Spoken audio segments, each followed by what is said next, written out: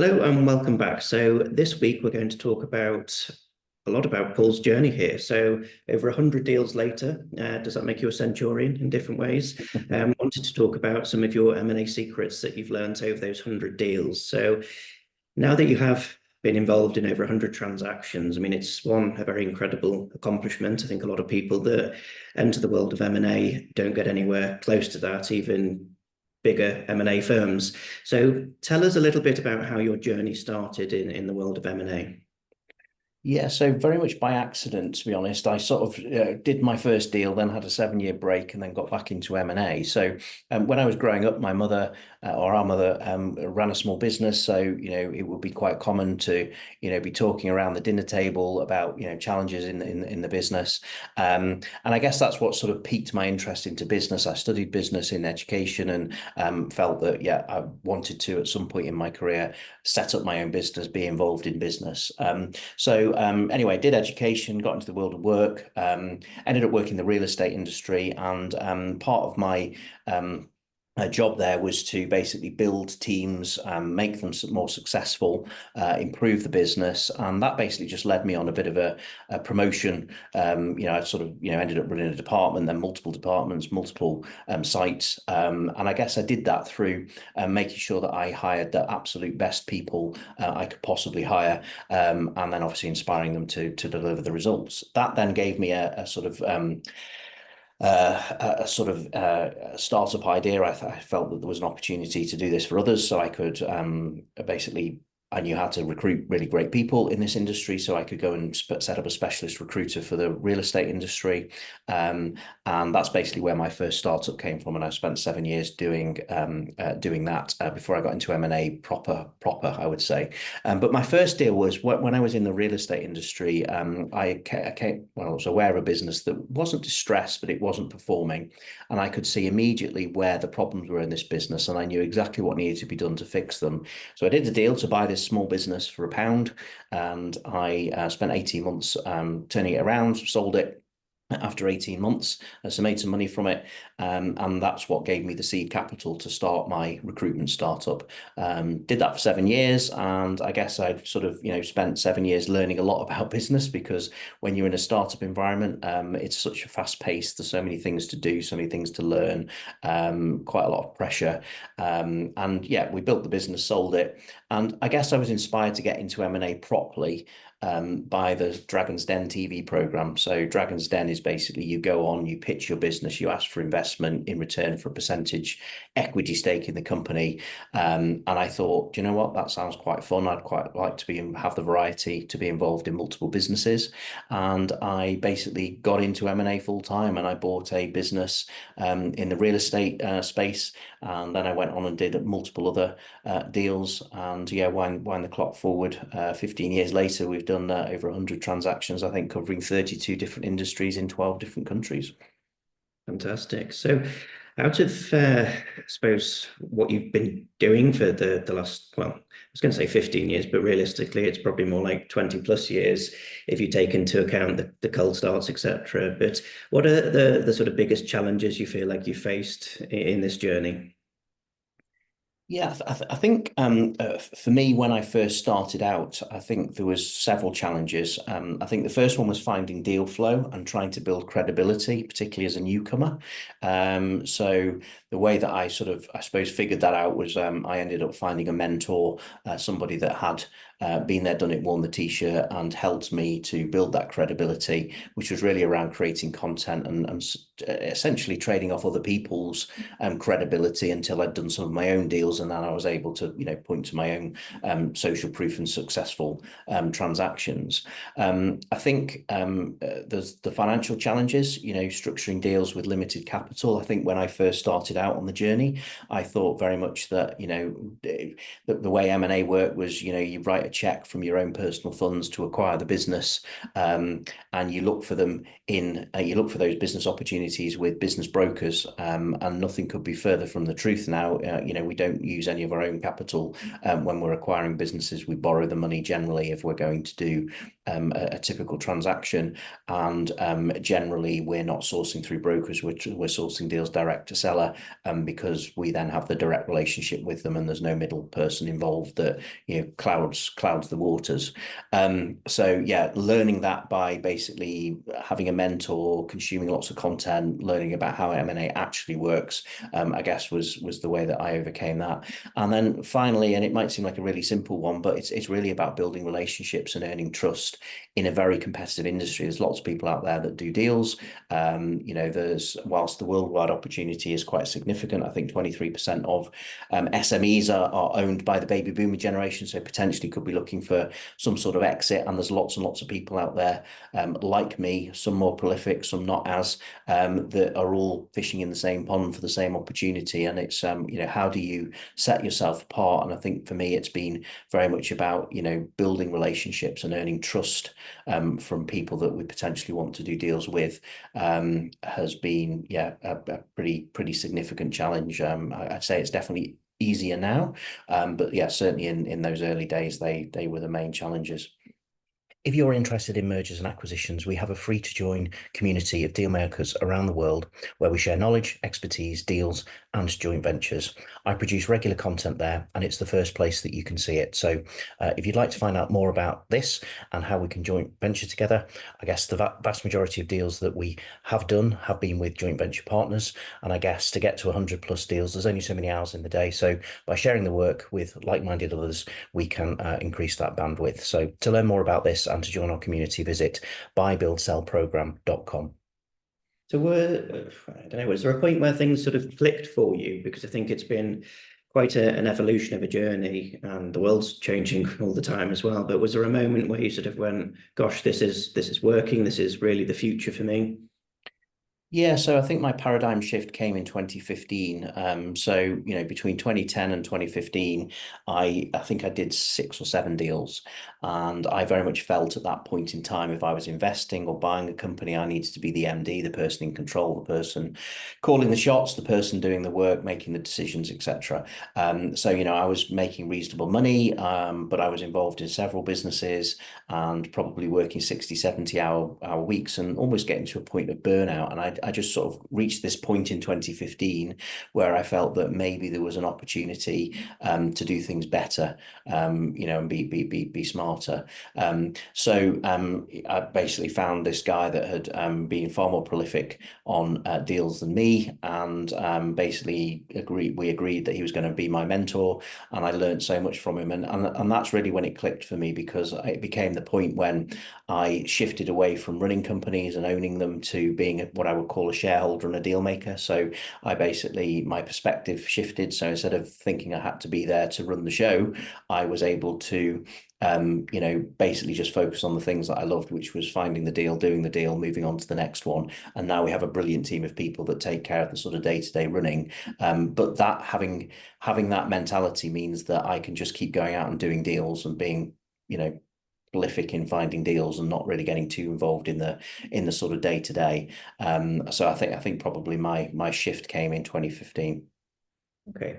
So, I mean, was there a particular moment that sort of stands out for you that, I don't know, maybe the first real complex deal that you had to work on and figure out? And I mean, there's so much that goes into it, but is there a particular challenging story you can share? Yeah, I mean, I think, the journey's not been without problems. I think, there's certain things that with hindsight you can look back on and think, well, if I had my time again, I'd do this differently. And I guess it's okay to make mistakes sometimes, as long as you learn from them. And I guess you need to probably win more than you lose. But yeah, a particularly complex deal that I worked on was I worked with a private hire taxi group from 2020 to 2022, and they went on a journey to acquire 28 companies. Now, every single one of those deals was a different deal structure. And obviously, as we became bigger, the complexities of running such a larger group of companies and integrating them and all of those sorts of things, you know, was very, very challenging. You know, you've got 28 companies with different cultures, with different deal structures, with different requirement and operational things, and you're trying to bring all of those things together. And I guess that you know, I think the things that probably gave people the confidence to sell us their taxi company was the fact that we'd done this multiple times. We were able to point to social proof of, look, we did this, we've done that, we've successfully built this particular business, and that always helps, I think, in negotiations, and probably helped close more deals. You know, once we got those first few deals over the line, it became much easier to transact, and I guess that's why we did that sort of volume.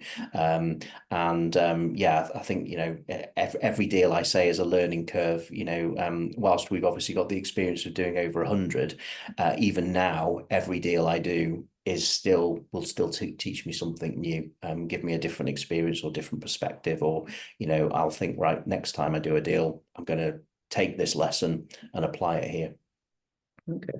So what's your approach to finding good acquisition opportunities? Again, I think that's probably changed monumentally over the last sort of 15 years or so, but what do you find works incredibly well now? Yeah, so I think you know, out of the 100 or so deals that we've done, only 3 of them are with where a broker was involved, and I would definitely say that you know, we overpaid for those 3 businesses. So, you know, when I first started out, I thought, like everybody else probably, where you find businesses for sale is to go and look at a broker, and there you have it. There's a listing, and then you can get into a conversation. But what we've discovered over the last 15 years, I guess, is, you know, actually going direct to seller, the person that's going to make the decision, building the relationship with them, is really the way to go. So avoiding brokers, looking for those good acquisition opportunities. I think you need to start out obviously with a criteria. So, you know, what is it you're looking to acquire? Write your list. How do you then connect with those people? So where do those business owners hang out? Networking events, professional events, you know, contacting them directly through LinkedIn, email, or letter, and then building a conversation and a relationship, and just keep doing that week in, week out, having conversations. You know, I know that's particularly from a cold outreach point of view, but your first deal's probably in your phone book. Mine was. My first few deals actually were in my phone book, because you can leverage existing relationships, which probably makes getting the deal done a lot easier than if you're speaking to somebody completely from cold and have no relationship whatsoever with them. You've got to spend time building that. So is there any particular part of, you know, the last 100 plus deals that you've done that you found particularly rewarding so far? Yeah, I mean, I get a buzz out of doing deals and also seeing other people doing deals. You know, it's really great fun to buy businesses, see them grow both organically and through acquisition, and how you really unlock the value from putting companies together, whether it being, you know, economies of scale or buying power or cross-selling opportunities. And I guess I get the personal satisfaction from building that value in businesses and creating that value for stakeholders. And look, you know,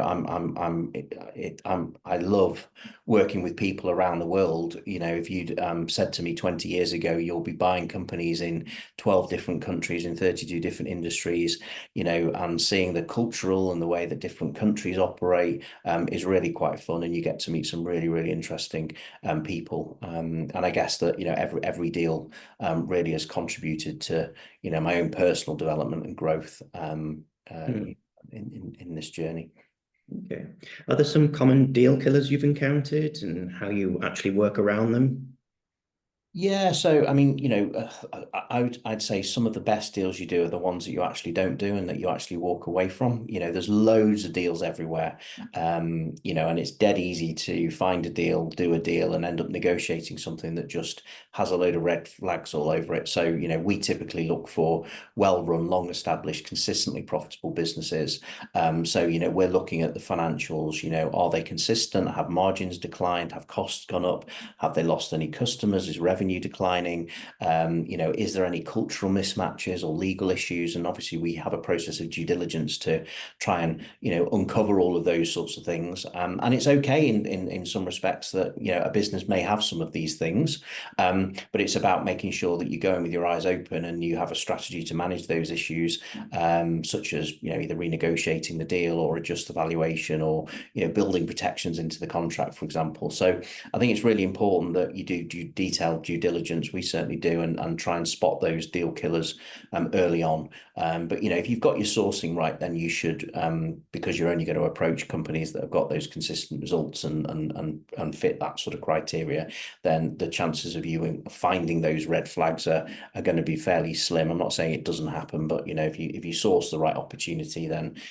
you've got more chance of it passing through the DD process. Okay.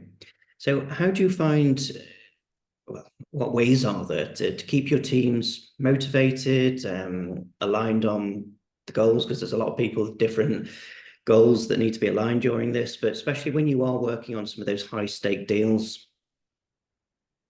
Yeah, so I think for me, and this goes not just in answering your question, but pretty much in every part of the process, to be honest. I think, clear communication is very, very key. Making sure that the whole team understands the goal, the vision, the strategy, what their role in all of that is. I sort of use the analogy of clarity, competence, and consequence. So the clarity is making sure the team member understands what's expected of them, what's their role, what do they need to deliver. The competence is me providing them with the tools, resources, the training, the knowledge, the coaching to help them achieve that and do that particular piece of work. And then the consequences could be good or bad, but what's in it for them if they deliver what they need to deliver. And that's really how we align that clear communication, giving people the clarity, giving them the help and the support that they need to be able to do that particular piece of work or contribution, and then obviously they understand what's in it for them. And I think that's for me ultimately how you build a collaborative team culture that really enhances the deal success. Whilst I know all aspects of the process, I'm not a lawyer, I'm not an accountant. I can read financial statements, I understand the legal process, I understand most of what goes into a eventual sale and purchase contract, but we surround ourselves with experts that are qualified in those areas, and that's their contribution to the deal, because they have the expertise that I don't, that ultimately when we all combine that expertise means that we've got more chance of getting a result than if we try to do everything ourselves. Okay. So in mergers and acquisitions, ultimately there are deals that don't always work out. I think it's inevitable. Nothing's perfect in life, and I don't like to use the word failings, but I think they're learning curves. How do you handle those particular moments? And is there any particular ones that have helped you on your own journey and taught you to, right, how I do things differently now moving forward and don't make that mistake again? Yeah, so I think we all make mistakes in all areas of life, and M&A is no different. I think it's okay to make mistakes as long as you learn from them, because if you can learn from them, then it means that you can improve and self-develop, etc. One of the first deals I ever did was we got ourselves into an over-leveraged position, and whilst we were able to sell off parts of the company, parts of it didn't work out, and I guess that taught me obviously the lesson of don't over leverage yourself, don't use too much cash flow to service the deal, etc., etc. But having not done any type of transaction like that before, obviously you go in with all best intentions, and maybe you could call it deal heat, that look, to get this deal we might need to overpay, we might need to stretch ourselves a bit, but don't worry, it'll be okay, it'll work out. But sometimes things happen outside of your control that you didn't foresee, that can possibly mean that isn't all possible. So I think it's just important to be resilient, be able to adapt, and really learn from others that have been there and done what you want to do, so that you can avoid the mistakes that maybe they have. I think it's quite rare to come across somebody like yourself in M&A that has so much experience and diverse experience. Like, you've done everything from the cold starts to the distress space to working in good markets to recessions to getting through COVID to the world of PLCs. I don't think there's much you haven't really done, to be fair. But I mean, has your approach to mergers and acquisitions changed over the years? If so, exactly how has that been, and how do you view the future? I suppose what's ahead, really? Yeah, so I think when I started out, I was very much if I was buying or investing in a company, I needed to be there, calling the decisions, doing the work, etc. Whereas now, if I compare those first few deals to what we do now, I don't get involved in the day-to-day runnings of the business. I'm purely here as a deal maker. I know how to find deals, do deals, work with others, help them get deals done. We get those deals done. We then hand it to a very capable team of people that are expert at integrating companies and overseeing the transition from one ownership to another. And that means that we don't get bogged down in the day to day. And it means that we can then move on to the next deal and the next deal and the next deal. And I guess that's how it's changed for me in terms of, how things work personally. And then I think the industry generally has changed quite a lot. I think, we've seen, in different countries that we've operated in, changes of government, increased regulation. You've got much more of a digital world than we lived in maybe 15 years ago. We've got obviously social media that's really taken off. Being able to connect with people is pretty straightforward. And I guess the barriers to entry and being able to do deals have certainly, I think, been removed. Or I'm not saying that there aren't any, but it's certainly, I would say, an easier environment to find and do deals now than it was maybe 15 years ago, because of the development of technology. And I think we're going to see that continue to shift. But I think we're probably going to see more shift from a sort of short-term wins to more long-term sustainable growth, rather than making a quick buck here or there and moving on to the next one. Definitely. Okay. So what would your advice be to somebody that wants to, close successful deals like you have? I mean, is there one particular thing or a highlight reel of things that you would talk to somebody about to advise them? Yeah, there's probably a few things really. I think, the first thing I've got to say is it's really important to be patient and persevere. It's a long process, but it is a process. And if you follow it and you follow it consistently and you create the habits to make sure that you follow it consistently, then that should lead you to deals. But it takes a lot of perseverance and patience. Typically, if you're starting out completely from scratch and you've got absolutely no deal flow whatsoever, and everything you're going to do is from cold outreach, so you probably need to reach out to about 1,000 companies to find your first acquisition. So that's a lot of opportunities, a lot of people you're going to speak to, a lot of people that are going to say no to you. You might even get to a point of agreeing a deal for them to back out. You've got to have really thick skin, I think, to be able to work in an environment that's so competitive and tough to get the result. But it's the people that persevere, have the patience, build the strong network, build the relationships with people that get the deals done. I would say that I would, if I could have my time again, I would probably have engaged a mentor and more learning earlier on in the process, which probably would have avoided me making some of those early mistakes that probably most people will. And yeah, just really encourage you to stay resilient and flexible, because no two deals are the same. Okay. So now that you have been involved in over 100 transactions, what's next for you? Like in the M&A world, are you going to keep doing what you're doing? Do you have any exciting plans that you're thinking of? Yeah, so I think I'm in a very fortunate position, really, that we've got an experience of over 100 deals. So I think we can certainly be a lot more choosy than maybe we would have been in the early days. So the current goals really are to continue doing deals, but we're very much focused on larger deals and expanding into newer industries where there are specific trends like ESG, like AI, like technology, like sustainability, that all make that quite interesting. So looking at those industries that are quite exposed to that. I absolutely love helping other people, so we're very keen to work with like-minded entrepreneurs that want to grow their own businesses or want to get into the world of M&A.